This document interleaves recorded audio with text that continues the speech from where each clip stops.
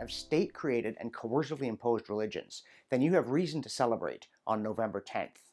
And that's reason with a capital R, because it was on this date, back in 1793, that the French revolutionary government decided to wrench the populace's natural spiritual impulses violently out of their normal course and impose upon them an atheistic cult of reason.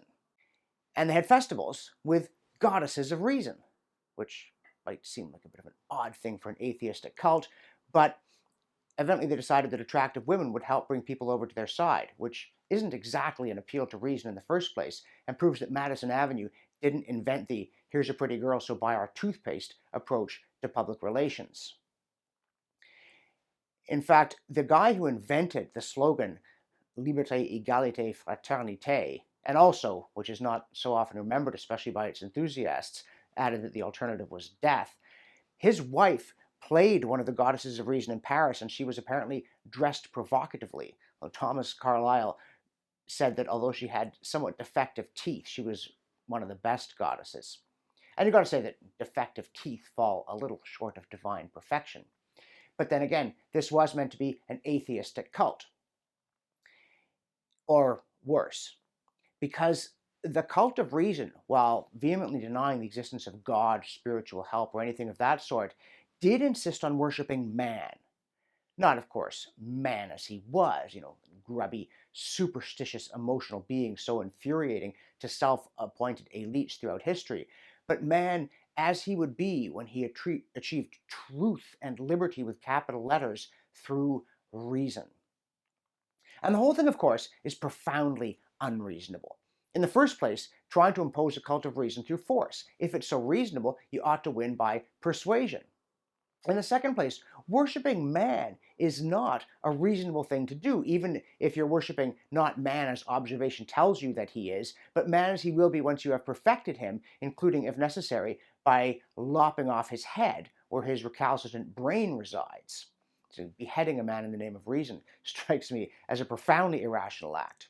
But indeed, the whole thing is profoundly irrational, and not only because pure reason gives us no motive for going on with existence.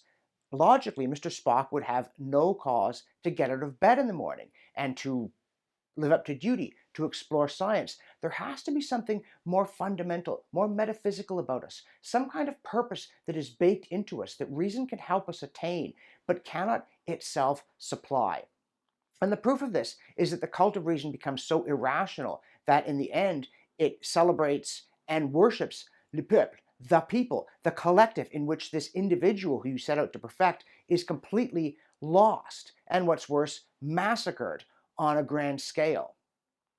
This is the kind of thing that happens not only when the state attempts to interfere with freedom of conscience and freedom of speech, to impose a set of beliefs to the point of putting over all cemeteries, death is but an eternal sleep, which is a preposterous metaphor anyway, because you're not asleep. If you really believe death is the end, you're gone, whereas the thing about sleep is that you wake up.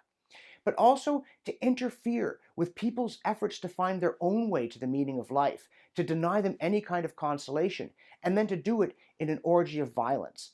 It speaks to a kind of metaphysical insanity that insists that man in his imperfection is perfect, that he can be made great by being beaten up and slaughtered and stabbed, and that somehow denying anything transcendent, anything beyond the immediate, anything that is not dry and calculating is the way to achieve true human satisfaction.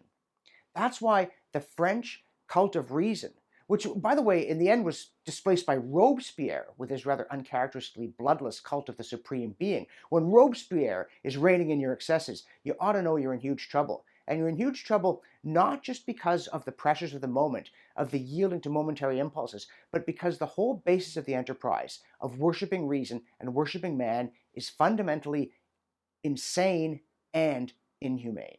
If you enjoy these commentaries, please visit my website, that's johnrobson.ca, make a pledge to support my work, and also, of course, subscribe to The Rebel and keep watching.